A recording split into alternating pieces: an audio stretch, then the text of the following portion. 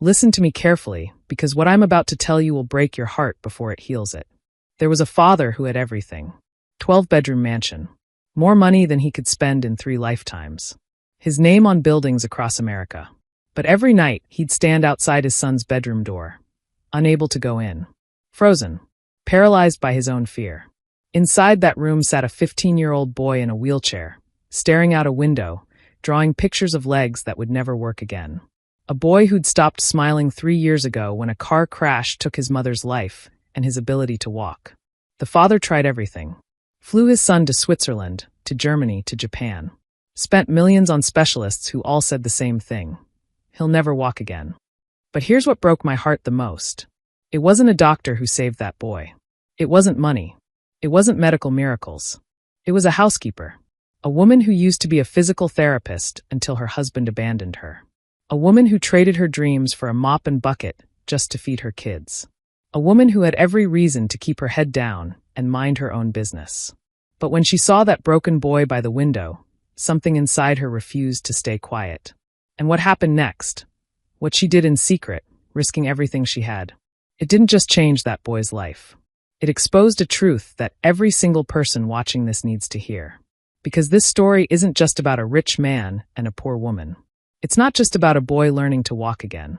It's about what happens when we stop measuring worth in dollars and start measuring it in love. So if you've ever felt powerless, if you've ever wondered if one person can really make a difference, if you've ever been told that your dreams are dead, stay with me, because by the end of this story, you'll never look at your own life the same way again.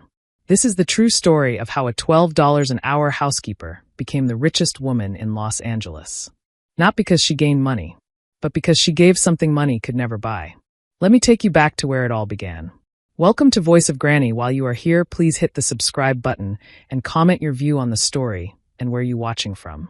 Let me tell you about a house in Los Angeles that had everything except the one thing that mattered most. Picture this. A beautiful mansion in Beverly Hills with 12 bedrooms, crystal chandeliers hanging from every ceiling, and a swimming pool that sparkled like diamonds under the California sun. The kind of place people dream about. The kind of place that should be filled with joy.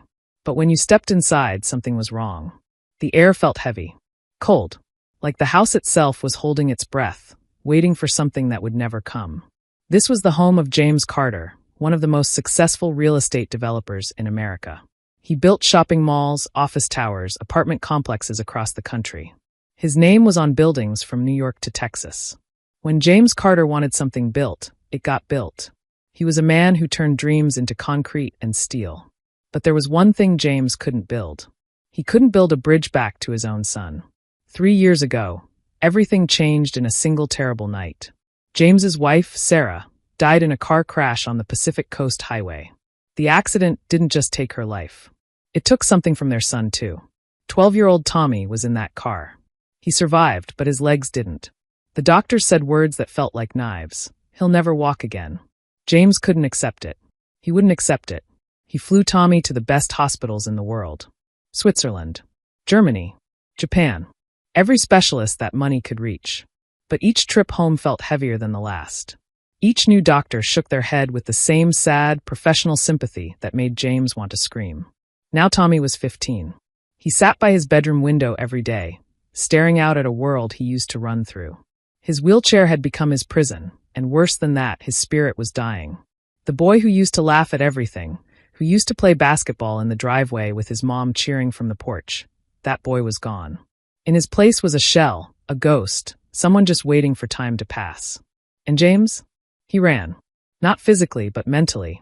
He buried himself in work, in meetings, in contracts that demanded his attention. It was easier than facing the truth. Easier than looking into his son's empty eyes and seeing his own failure reflected back. Every night, James would sit alone in his office, surrounded by awards and photos of buildings he'd created. Monuments to his success. But success felt like a cruel joke now. What good was building towers that touched the sky when he couldn't lift his own son out of despair? Sometimes, late at night, he'd hear the wind against the windows and imagine it was Sarah's voice. He'd remember how she used to say, "Money can't buy everything, James. Sometimes you just need to be present." He hadn't been present the night she died. He'd been at another business dinner, closing another deal, convinced that providing for his family meant being everywhere except home. Now home felt like a museum, beautiful but dead. The cook still prepared meals that barely got eaten. The gardener still trimmed hedges that nobody noticed. The cleaning staff moved through rooms like ghosts themselves, trying not to make noise, trying not to disturb the grief that hung in the air like fog. Tommy's room was the worst. James would stand outside that door sometimes, wanting to knock, wanting to go in and say something, anything that might matter. But fear stopped him every time. What could he possibly say? What could he offer a child who'd lost his mother and his future in one terrible moment? So James did what he knew how to do. He worked. He signed contracts. He built more buildings. And the mansion grew colder with every passing day. The staff whispered among themselves. They'd worked for the Carters for years, and they remembered when this house was full of life. When Sarah's laughter echoed through the halls. When Tommy's sneakers squeaked on the marble floors as he raced around. When James actually smiled. Now it was just silence. Heavy, suffocating silence. James would walk through his own home and feel like a stranger. Every room reminded him of what he'd lost. The piano in the living room that Sarah used to play. The kitchen where she'd make pancakes on Sunday mornings. The backyard where Tommy used to shoot hoops until dark. All of it was still there. Perfect. Preserved. But empty of meaning. He'd become the richest man with the poorest heart. He had everything money could buy and nothing that mattered. His sun was slipping away, fading a little more each day, and James didn't know how to stop it. Didn't know how to reach him. Didn't even know how to be a father anymore. The great James Carter, the man who built empires, couldn't build a single moment of connection with the boy sleeping down the hall. And so the house stayed cold. The chandeliers glittered over empty rooms. The pool sparkled for no one. And somewhere in the heart of all that luxury, a father and son were drowning in their own separate oceans of grief. This is where our story really begins. Because sometimes, when everything seems lost, when the darkness feels too thick to ever clear, that's exactly when light finds a way in. And Light was about to walk through the front door of the Carter mansion. Her name was Maria Santos, and she was about to change everything. Maria Santos wasn't supposed to be working as a housekeeper. Life had other plans for her, plans she'd had to set aside when reality came knocking. She was 38 years old, with tired eyes that still somehow managed to sparkle with kindness. Her hands were rough from years of hard work, but they moved with a gentleness that spoke of something else, something from a different life. You see, Maria used to be a physical therapist. A good one. She'd spent years studying, training, helping people recover from injuries and surgeries. She'd loved her work, loved seeing patients take their first steps after months of struggle. There was something almost magical about watching the human body remember what it could do. But then her husband left. Just walked out one Tuesday morning and never came back. Left her with 2 kids, mountains of debt, and a choice. She could keep her clinic and watch her children go hungry, or she could do whatever it took to keep them fed. She chose her children. She always would. So the medical license went into a drawer. The dreams got folded up and put away. And Maria became a housekeeper, moving from one wealthy home to another, cleaning up other people's messes while her own life stayed messy. The agency sent her to the Carter mansion on a Monday morning in early spring. She'd heard about the family, about the tragedy, about the boy in the wheelchair. The other housekeepers had warned her. It's a sad house. They don't talk much. Just do your work and don't ask questions. But Maria had never been good at not asking questions. Her first day, she felt it immediately. That heaviness in the air, like the whole house was holding back tears. She moved through the rooms quietly, dusting, organizing, trying not to disturb the grief that seemed to live in every corner. Then she saw Tommy. He was parked by his bedroom window, staring out at nothing. 15 years old, but looking somehow both younger and older at the same time. His wheelchair faced the glass, and his hands rested limply in his lap. He didn't turn when she entered to clean. Didn't acknowledge her presence at all. But Maria saw something the others had missed. She saw the sketchbook on his lap, filled with drawings. Horizons without people. Birds without trees to land on. Legs, just legs, drawn over and over, disconnected from bodies. Pictures of a boy trying to draw himself back together. Something shifted in Maria's chest. A recognition. A pull. She'd felt this before, this instinct to help, to heal. She'd thought she'd buried it along with everything else she'd lost. But looking at this broken boy, it came roaring back. She didn't say anything that first day.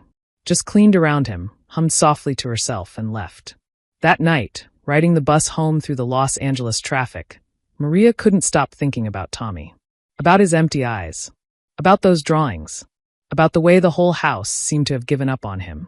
Her daughter asked her about the new job. "It's fine," Maria said. But inside, she was making a promise to herself. A dangerous promise. The kind that could cost her this job, this income her kids depended on. She was going to help that boy. Not as a housekeeper. As what she really was deep down, even if the world didn't recognize it anymore. She was going to be a therapist again. The next morning, she came back with a plan. Nothing obvious. Nothing that would raise alarms. Just small things, gentle things, woven into her daily routine. She started talking to Tommy while she cleaned. Not about therapy or his wheelchair or anything heavy. Just simple stories. Funny things about her kids. Her son who tried to impress a girl and fell off his skateboard. Her daughter who accidentally dyed her hair green instead of blonde. Tommy didn't respond, but she noticed his shoulders relax slightly. Noticed he wasn't drawing quite so frantically. Progress. A week later, she asked him a question. "Could you hand me that book?" She'd placed it just slightly out of her reach. Close enough that he could grab it without leaving his chair, but far enough that he'd have to stretch. He hesitated. Then slowly, he reached out and grabbed it. "Thank you," Maria said, like it was nothing. Like she hadn't just watched him engage with the world for the first time in months. She started bringing music to work. Old songs on a little radio. Songs that made you want to move. She'd sway while she dusted, hum while she organized, creating rhythm in a house that had forgotten how to dance. And Tommy, slowly, started tapping his fingers to the beat. One day, she accidentally dropped something near his chair. A book, tumbling across the floor. "Oh no," she laughed. "I'm such a klutz today. Tommy, could you help me? If I bend down one more time, I think my back might give out." He looked at her. Really looked at her for the first time. Then carefully, he leaned forward, reaching for the book. His core engaged. His muscles worked. He handed it to her. "You're a lifesaver," she said, smiling. "Thank you." Something flickered in his eyes. Something that might have been pride. From that day forward, Maria began weaving physical therapy into everything. Reaching for things became stretching exercises. Helping her became strength training. She found an empty storage room in the basement and slowly transformed it. A yoga mat here. Some resistance bands there. Nothing medical looking. Just equipment that seemed randomly stored. And piece by piece, day by day, Tommy started coming back to life. His fingers stopped trembling so much when he drew. His posture improved. He started actually looking at Maria when she spoke, even answering sometimes with a word or two. James Carter barely noticed. He was drowning in his own world, leaving early for work, coming home late, avoiding the parts of his house that hurt too much to face. But Maria noticed everything. She saw the boy beginning to hope again. Saw his sketches start to include people, include futures, include movement. She also noticed something else. The way James would sometimes stand outside Tommy's door, frozen, unable to go in. The way he'd look at his son with such desperate, helpless love and then walk away. Two people, she thought, both trapped. Both needing someone to believe in them. Maria Santos hadn't come to the Carter mansion planning to fix a family. She'd come to make rent money and feed her kids. But sometimes life gives you a second chance at your calling. And Maria, with her gentle hands and fierce heart, was about to prove that healing doesn't always come from hospitals or prescriptions. Sometimes it comes from someone who simply refuses to give up on you. Just when things were beginning to shift, when tiny seeds of hope were starting to grow in the Carter house, someone new entered the picture. Her name was Victoria Blake, and she was everything that looked perfect on the surface. Victoria came into James Carter's life through work. She was hired as the new chief operating officer at his company, a position that meant she'd be working closely with him every single day. She was beautiful, successful, confident. The kind of woman who walked into a room and commanded attention without saying a word. From the moment she sat across from James in that first meeting, something changed in him. For the first time in 3 years, he felt something other than grief. She listened when he talked. She laughed at his jokes. She made him feel like James Carter the man, not James Carter the tragic figure. He'd forgotten what that felt like. Their business dinners started lasting longer. Their conversations drifted from work to life, from strategy to feelings. Victoria had a way of making him feel understood, like she could see past all his walls and truly knew him. "You carry so much on your shoulders," she'd say, touching his arm gently. You deserve to think about your own happiness too, James. You can't save everyone. It felt like permission. Permission to stop hurting. Permission to move forward. James started smiling again. The staff noticed. He came home earlier sometimes, actually ate dinner, seemed lighter. He even mentioned Victoria to Tommy once or twice, though the boy just stared out the window, barely responding. But Maria noticed something else. Something the others missed because they wanted to believe in the fairy tale, wanted to believe that James was finally healing. Maria saw the real Victoria. It happened in small moments. The way Victoria's smile would vanish the second James looked away. The way she spoke to the household staff when she visited, her voice dripping with condescension. You there, get me some water. Never bothering to learn names, never saying please or thank you. And the way she looked at Tommy. That was what really made Maria's blood run cold. Victoria looked at that boy like he was furniture. No, worse than furniture. Like he was an obstacle. An inconvenient reminder of James's past that she wished would disappear. One evening, Maria was putting away dishes in the kitchen when she heard voices from the terrace. James and Victoria, having wine, talking in the warm California evening. You're spending too much time worrying about that boy. Victoria's voice drifted through the open door. Sweet but sharp, like honey with poison underneath. You have a company to run, James. A life to rebuild. You can't stay trapped in this house forever, trapped in the past. He's my son, Victoria. James's voice was uncertain, defensive. Of course he is, she said quickly. I just mean maybe what he needs is professional care. Real care. Not the attention of some housekeeper who doesn't know her place. Have you ever thought about a facility? Somewhere with trained nurses. Maria's hands froze on the dish she was drying. I could never put Tommy in a home, James said, but his voice wavered. Sarah would never forgive me. Sarah's gone, James. Victoria's tone shifted, became softer, more manipulative. You're here. You're alive. And you deserve to live again. That boy has everything he needs, more than most kids could dream of. But he's dragging you down. Can't you see that? Silence. Maria held her breath, waiting for James to defend his son, to tell Victoria she was wrong. But he didn't. He just sighed, a long, tired sound that meant he was listening, considering. That night, Maria couldn't sleep. She kept hearing Victoria's words. Doesn't know her place. Dragging you down. She knew women like Victoria. Had met them before in her life. Women who saw love as weakness and kindness as stupidity. Women who wanted everything rearranged to suit their own ambitions, even if it meant destroying what was good and real. Meanwhile, Tommy's progress continued. He was standing now with support, holding himself up for 30 seconds, then a minute, then longer. His legs were remembering. His body was fighting back. The physical therapy Maria had been secretly providing was working miracles. But she couldn't tell anyone. Couldn't risk her job. Couldn't risk Tommy losing the one person who believed in him. Then James started acting different toward her. Not cruelly, but distant. Suspicious. He'd watch her sometimes when he thought she wasn't looking. He'd ask odd questions. How long do you spend with Tommy? What do you two talk about? Victoria's poison was working.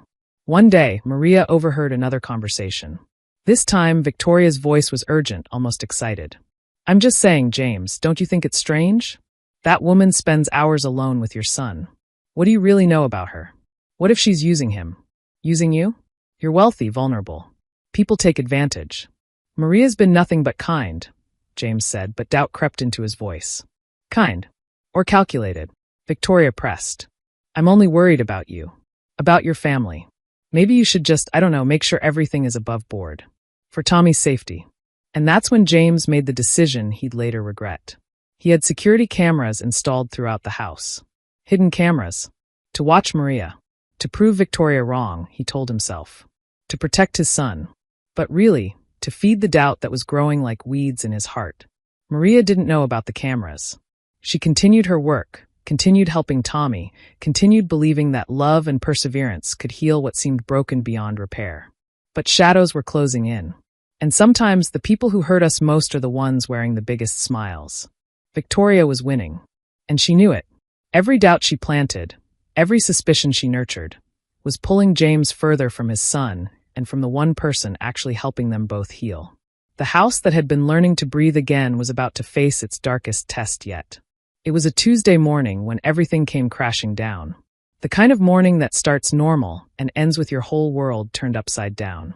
James Carter sat in his home office, coffee growing cold on his desk, staring at his computer screen. The security footage. For days, he'd been too afraid to look at it, too guilty about spying on Maria. But Victoria's words kept echoing in his head. What if she's using him? He clicked play. At first, he saw exactly what he expected. Maria cleaning, moving through rooms with quiet efficiency. Nothing suspicious. Then the footage switched to the basement. To that storage room he'd forgotten existed. And James Carter's heart stopped. There was Maria, but not cleaning. She was kneeling beside Tommy, her hands gently guiding his legs through stretching exercises. The room had been transformed into a makeshift therapy space. Yoga mats, resistance bands, colorful exercise balls. Tommy was standing. Actually standing, with Maria's support, his face twisted with effort, but glowing with something James hadn't seen in years: determination. "You're doing it, sweetheart." Maria's voice came through the speakers, warm and encouraging. "Don't be scared. I've got you. You're stronger than you think." James's hands started shaking. He watched as Maria helped his son through exercises, watched her count repetitions, watched her celebrate every tiny victory like it was a miracle. Because it was a miracle. Tears poured down James's face. His son was trying, fighting, healing, and he'd had no idea. While he'd been doubting Maria, suspecting her of ulterior motives, she'd been giving Tommy something no amount of money could buy. She'd been giving him hope. James closed the laptop, his reflection staring back at him in the black screen. He looked like a stranger, a man who'd lost faith in the only person still fighting for his family. What had he done? He stood up, needing to find Maria, needing to apologize, needing to understand. But before he could leave his office, his phone buzzed. "Victoria. Good morning, darling. Did you check those recordings? I knew something was off about that woman. You should fire her immediately. She's been practicing therapy without a license, putting your son in danger. If anything had gone wrong, you'd be ruined. We should call the authorities." James's blood ran cold. Not at Maria's actions, but at the cruelty in Victoria's voice. The satisfaction. She didn't care about Tommy's safety. She cared about removing anyone who threatened her control over James's life. For the first time, he saw her clearly. The mask slipped, and underneath was something calculating and cold. "I have to go," he said, hanging up. He found Maria in the kitchen, preparing lunch. When she saw his face, her hands froze. "Mr. Carter," she said quietly, and he could hear the fear in her voice. She knew. Somehow she knew. "My office," he said. "Please." The walk down the hallway felt like a funeral march. Maria followed him, her head held high despite the trembling in her hands. He closed the door. Silence filled the room, heavy and suffocating. "I saw the recordings," James said finally, his voice rough. "The exercises. The therapy. You've been treating my son without telling me." Maria's chin lifted slightly. "Yes. Why?" The word came out broken. "Why didn't you tell me?" "Because," she said softly, her eyes meeting his with absolute honesty. "I couldn't watch him give up on life. I couldn't stand by while that beautiful boy forgot how to hope. You had no right." "I know," she interrupted, her voice shaking but firm. "I know I had no right. But Mr. Carter, with all respect, you weren't doing anything. You were running. And Tommy was dying inside. Not from his injuries, but from loneliness. From believing nobody cared enough to fight for him." The words hit like punches. Because they were true. "I was a physical therapist," Maria continued. "Before my life fell apart. Before I became just another person cleaning rich people's houses. But when I saw your son, I saw a child trapped. And I remembered who I used to be. Who I still am, underneath everything." Tears rolled down her cheeks, but she didn't wipe them away. "I didn't do this for money. I didn't do this to manipulate you or use your family. I did it because sometimes love demands that we act, even when it's risky. Even when we might lose everything." "You could have hurt him," James said weakly. "But I didn't," Maria replied. "I was careful, gentle. Every exercise was safe, appropriate for his condition. I would never, ever put Tommy in danger. Her voice broke. "He's become like one of my own children. I couldn't stand by and watch him fade away." James opened his mouth to respond, but suddenly the door burst open. Tommy wheeled himself into the office, his face flushed with determination and anger. "Don't you dare fire her, Dad," he said, his voice stronger than James had heard it in years. "Maria is the only person in this entire house who believed I could get better. The only one who didn't treat me like I was broken forever. Tommy's son, I." "No," Tommy said firmly. You want to fire the one person who actually helped me? Who spent hours with me, not because she had to, but because she cared. While you were hiding in your office, avoiding me, she was there. The words stabbed deep, but they were true. Then Tommy did something that stopped time itself. He placed his hands on the armrests of his wheelchair. His whole body tensed with effort.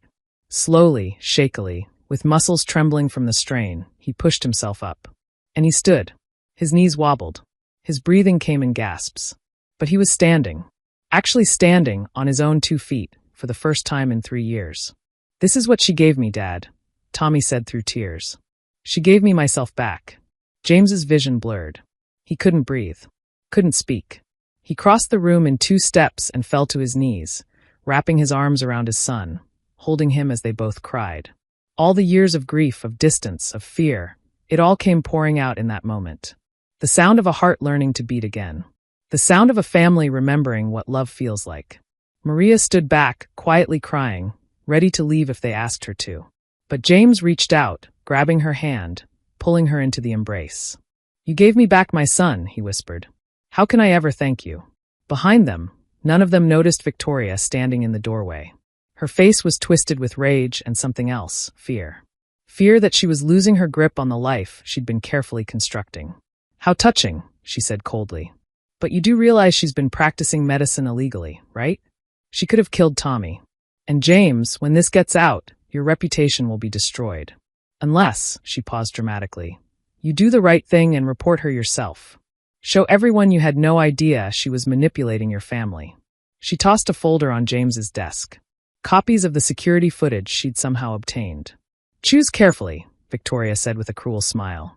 Your son's miracle worker, or your future. But before James could respond, fate made a different choice. Dr. Martinez had been Tommy's physician since the accident. He was the one who'd spoken those terrible words 3 years ago. He'll never walk again.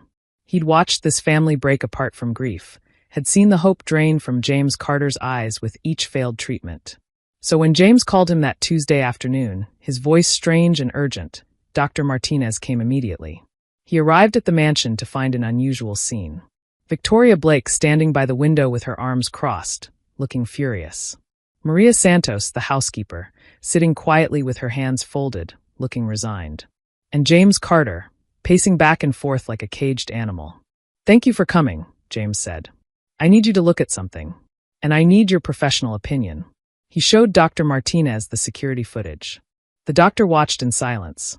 Maria helping Tommy stretch, guiding him through exercises, supporting him as he learned to stand again.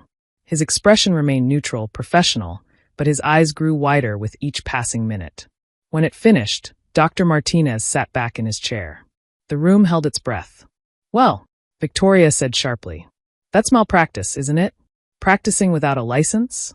Endangering a vulnerable child. Dr. Martinez looked at her, then at Maria, then at the screen.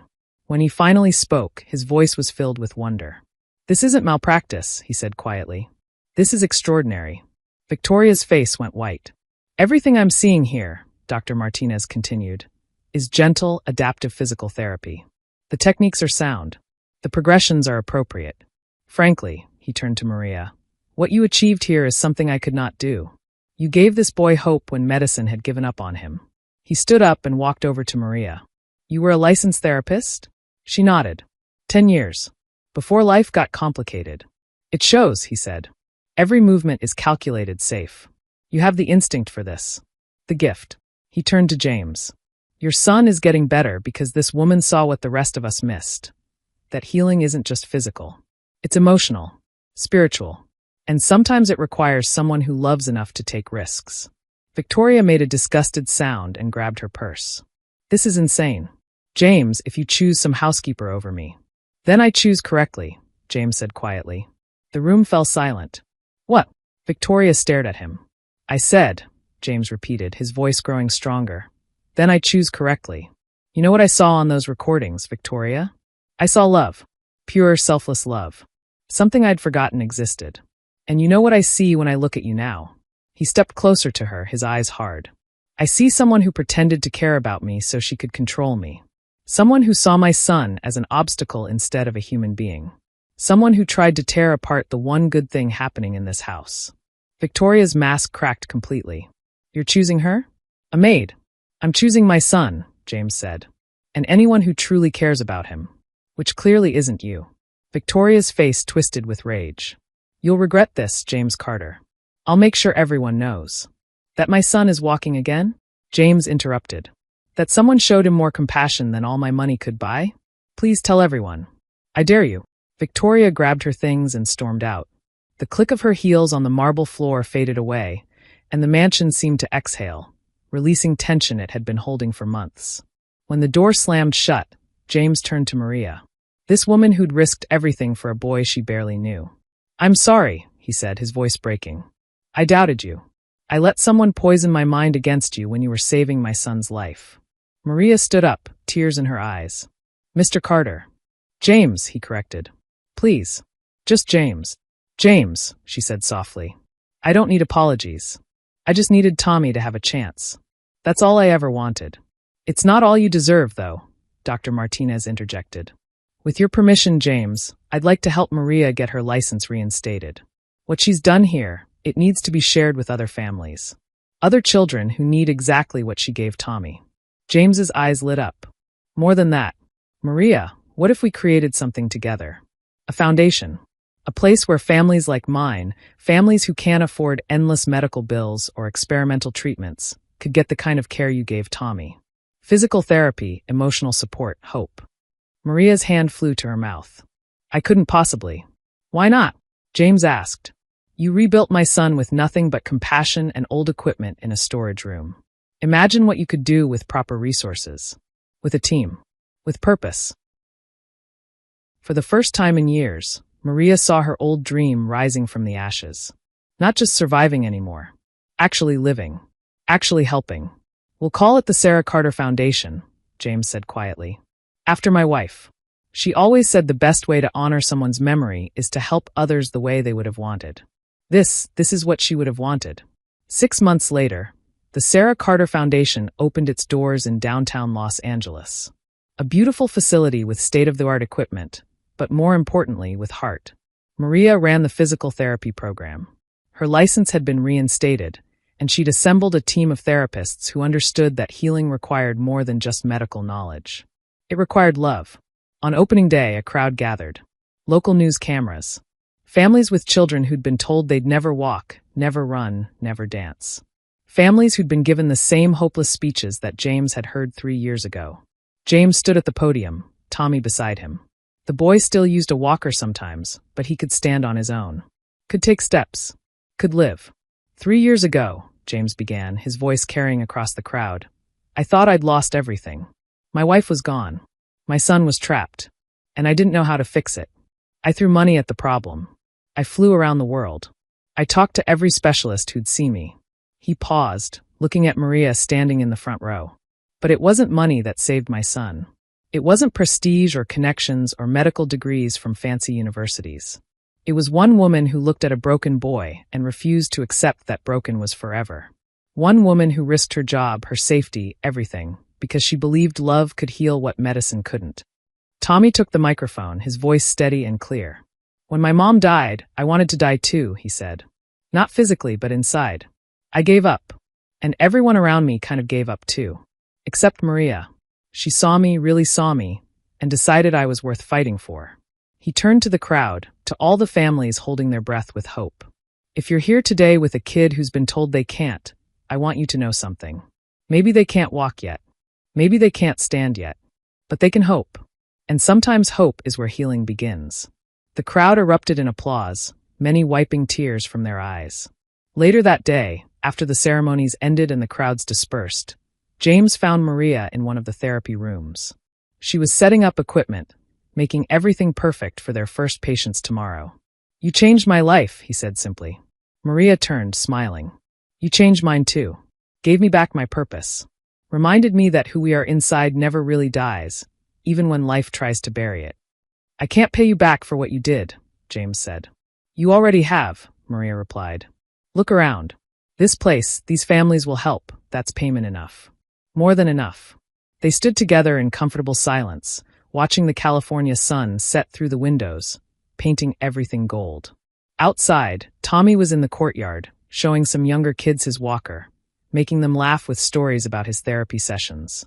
His voice carried through the open windows, full of life and joy. The sound of healing. Because here's what James Carter learned, what anyone watching this story needs to understand.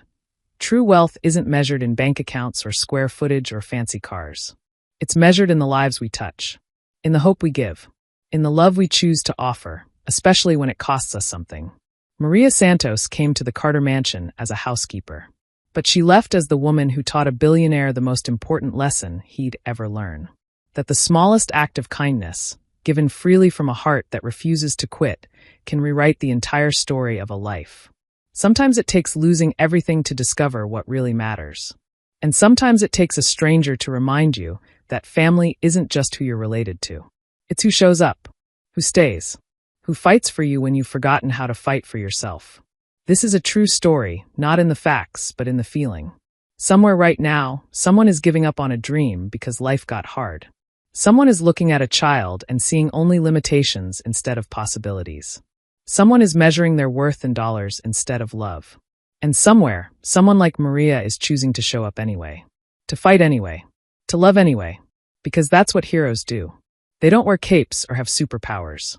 They just refuse to let the broken things stay broken when they have hands that can help.